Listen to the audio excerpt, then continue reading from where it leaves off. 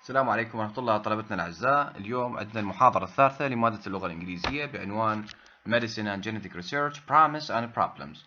البحث الوراثي والطبي، الوعود والمشاكل.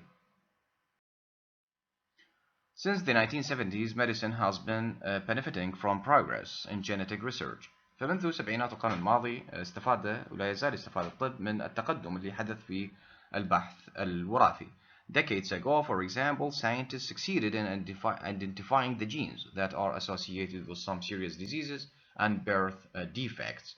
فعندنا عقود مضت decades ago على سبيل المثال نجح العلماء scientists succeeded in identifying في تحديد الجينات التي تكون مرتبطة بأمراض خطيرة وعيوب ولادية serious diseases and birth defects.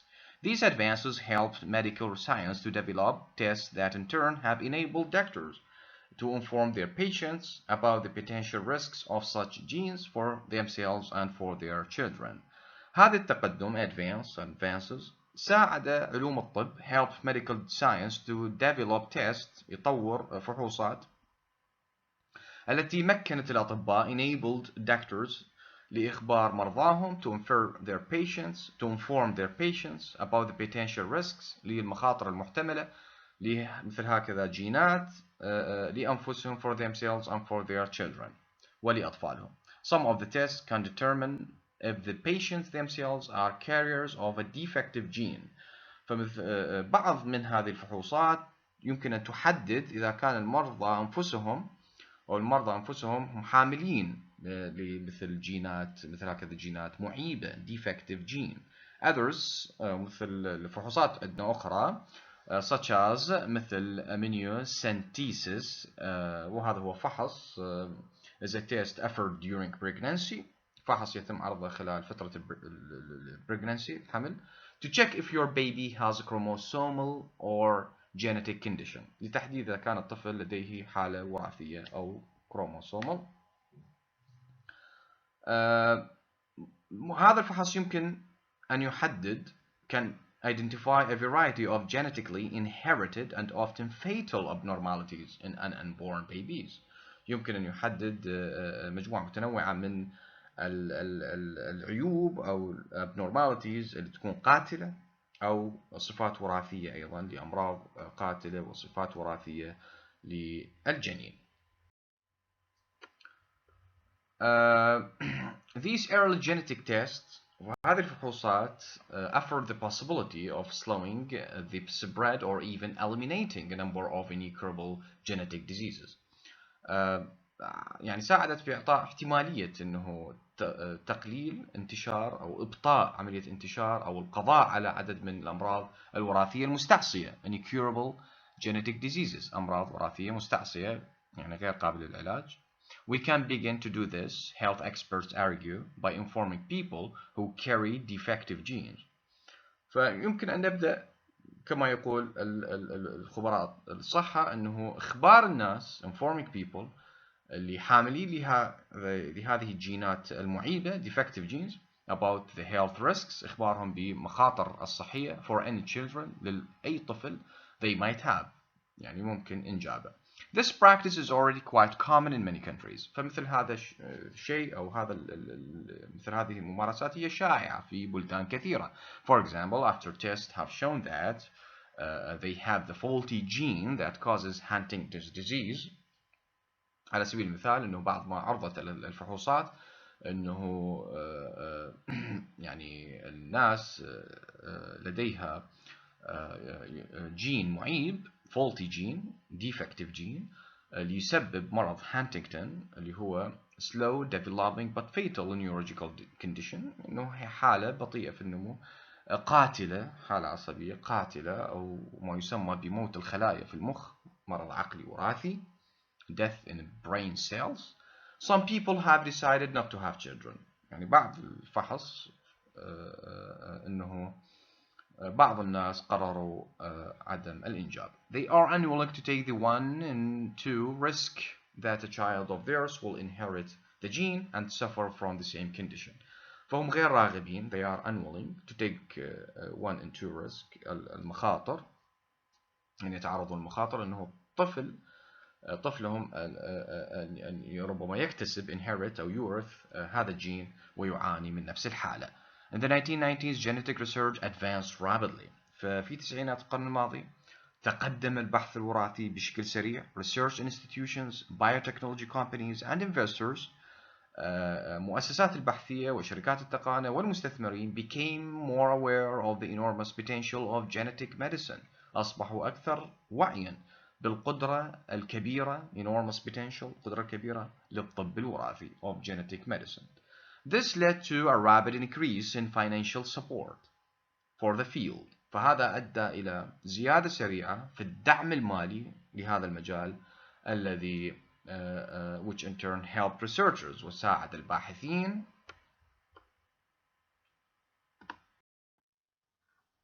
to make rapid advances. By the year 2000, researchers had begun to develop and test treatments for life-threatening genetic illnesses. The early results of some of these tests were very promising.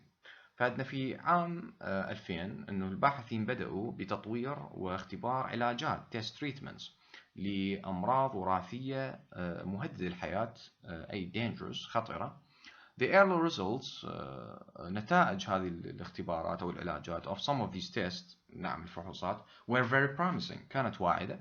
In 2000, for example, French doctors reported success with the procedure in which they treated 3 babies who suffered from a rare type of immune deficiency.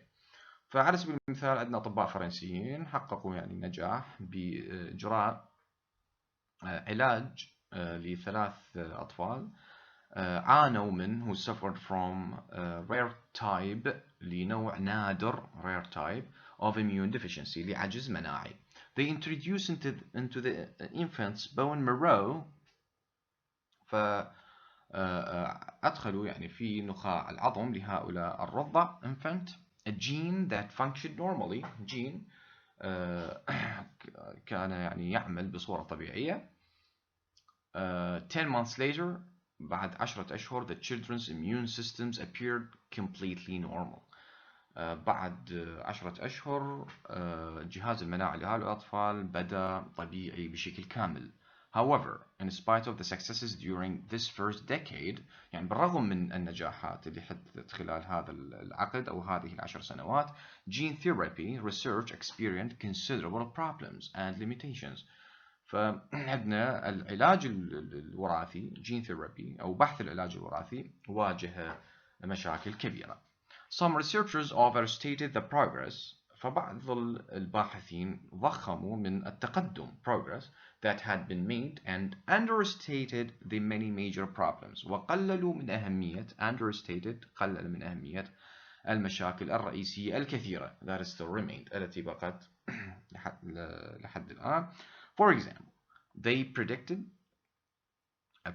that they would soon be able to cure diseases. فتوقعوا على سبيل المثال أنه قريبا ممكن أن يكون قادرين على علاج أمراض cure diseases cystic fibrosis مثلا التليف الكيسي and cancer والسرطان.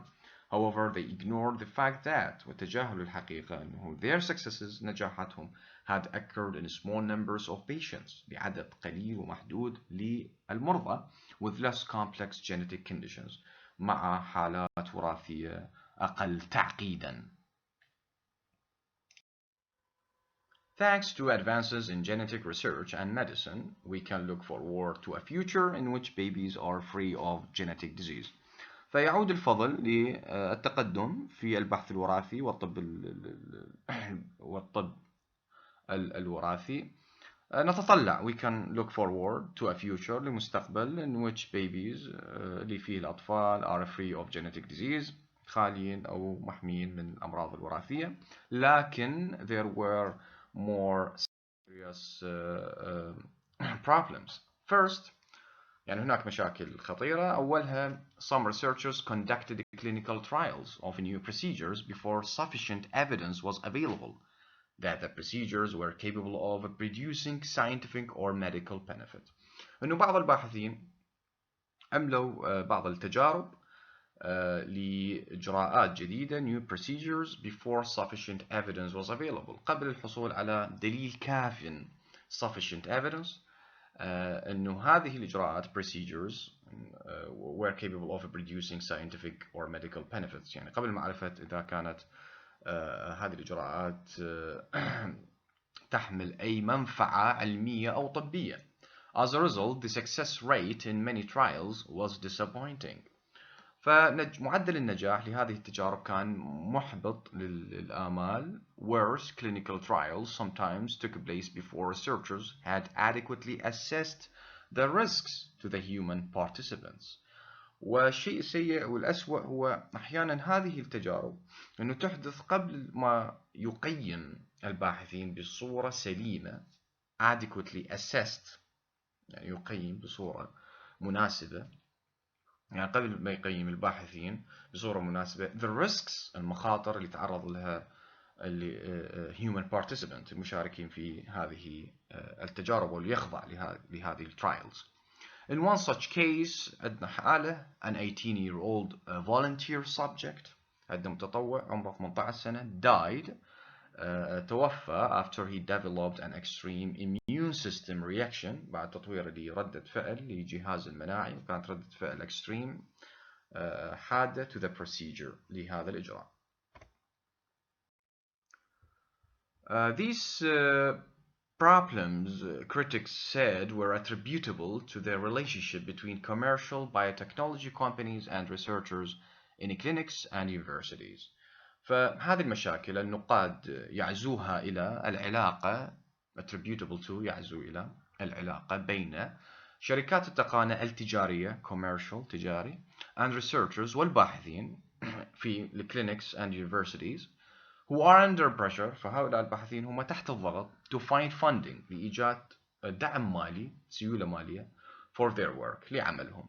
In this relationship في هذه العلاقة companies make funding available to researchers في هذه الحالة الشركات توفر funding يعني الدعم المالي للباحثين who then test products ومن ثم يختبرون هذه المنتجات and procedures والإجراءات that the companies are developing اللي تطورها هذه الشركات.